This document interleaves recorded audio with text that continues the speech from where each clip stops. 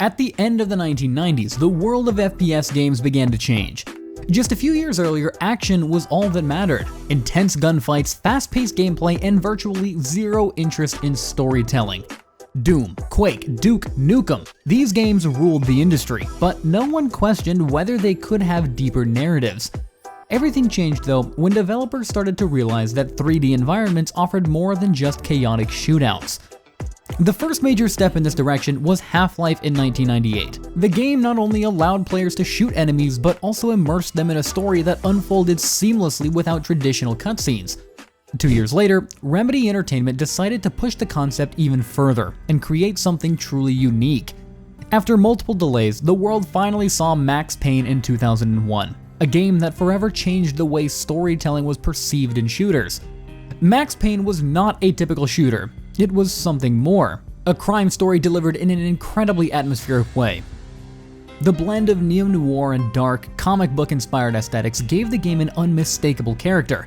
Even today, it's hard to find a title that builds atmosphere as effectively. If this was considered innovative in later years, one can only imagine the impact it had on players when it was first released. And the story? A true hit. Sam Lake, the game's writer, and the person whose face became Max's, crafted a narrative that went far beyond what other games of the time had to offer. The tale of a cop who loses his entire family in an instant and gets caught in the middle of a conspiracy could have easily been the plot of a great thriller movie.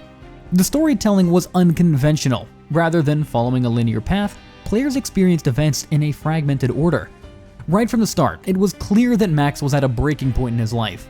Only later did the game take players back in time to show how he got there, including the tragic scene where his wife and newborn child were murdered by drug-addicted criminals under the influence of a mysterious new substance.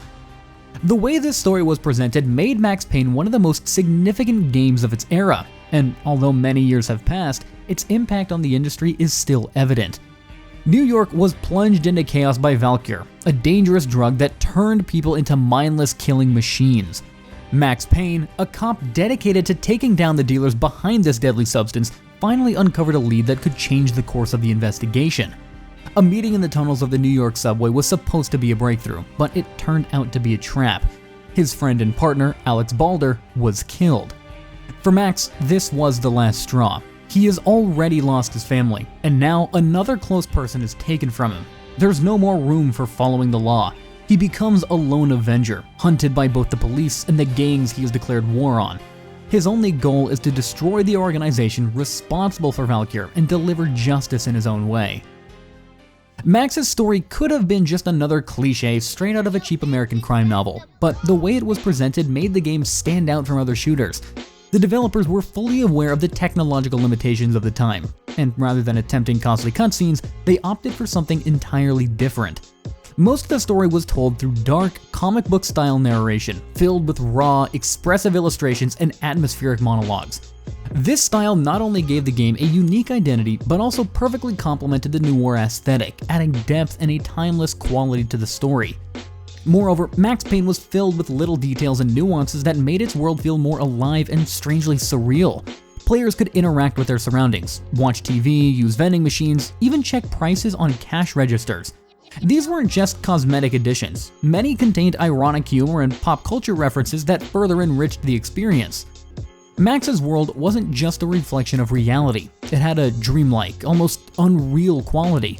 The bizarre television programs players could watch added elements of absurdity and served as a commentary on the world the protagonist was forced to navigate. Over-the-top soap operas, a surreal flamingo-themed show that felt like something ripped straight out of Twin Peaks, all of this contributed to an atmosphere teetering on the edge of reality and hallucination. Narration in Max Payne wasn't just a simple tool for delivering the story. Every element, dialogue, environment, the protagonist's inner monologues, came together to form a multi-layered tale that engaged the player not just emotionally, but intellectually as well. It's precisely what makes the game remain so unique, even after all these years. Gameplay in Max Payne was more than just shooting. It was an integral part of the storytelling. The best example of this was Max's nightmarish visions. In these segments, he was forced to relive his family's death over and over, trapped in grotesque, symbolic hallucinations. Endless corridors forming a labyrinth, the voice of his crying wife leading him into darkness, a thin, blood-stained path suspended over an abyss. These scenes didn't just heighten the tension, but also provided insight into Payne's psychological state. Even today, many people associate the game with these unsettling, unforgettable moments. But Max Payne is not just a story about revenge and madness. Upon its release, the game was also a technical marvel. Its visual design was considered groundbreaking. Character faces were created using photographs of real actors, which gave a level of realism rarely seen before. Of course, this had its limitations. Facial expressions were stiff, and characters couldn't even move their lips during dialogue. Fortunately, the developers solved this issue by presenting most of the story through comic book-style cutscenes and internal monologues. One of the most important elements of Max Payne was bullet time, the slow-motion effect that allowed players to dodge bullets in spectacular fashion and take precise shots. Today, it's mostly associated with The Matrix, but interestingly enough, the game's developers had been working on this mechanic even before the Wachowskis' film hit theaters. Nevertheless, the movie's popularity ensured that bullet time became an even more integral part of Max Payne's final version. The mechanic was simple. Max had an adrenaline meter that players could activate at any time. When triggered, time slowed down, but the player could still aim normally, gaining a strategic advantage in combat. This allowed for cinematic shootouts where bullets could be seen whizzing through the air and enemies collapsed in beautifully choreographed slow-motion animations. Bullet time added a dynamic layer to combat and made gunfight feel incredibly satisfying. But of course, Max Payne wasn't without its flaws. In terms of level design, the game was quite linear. Players mostly navigated tight corridors, moving from one shootout to the next. Exploration was practically non-existent. If a door was locked, the key was almost always nearby. Enemy AI also left much to be desired. The foes in Max Payne followed predictable patterns. They hid in the same spots, threw grenades at the exact same locations, and generally acted more like extras in a Hollywood action movie than actual threats. Another issue was that despite all the patches, the game was never fully polished. Occasionally, scripts failed to trigger properly, and sometimes dead enemies would suddenly come back to life, breaking the immersion. But it's impossible to talk about Max Payne without mentioning one of the most legendary fan-made mods, Max Payne Kung Fu Edition. Clearly inspired by The Matrix, this mod introduced an entire arsenal of hand-to-hand combat techniques. Payne could now take down enemies with lightning-fast punch combos, unleash devastating spinning kicks, or perform spectacular slow-motion jump attacks.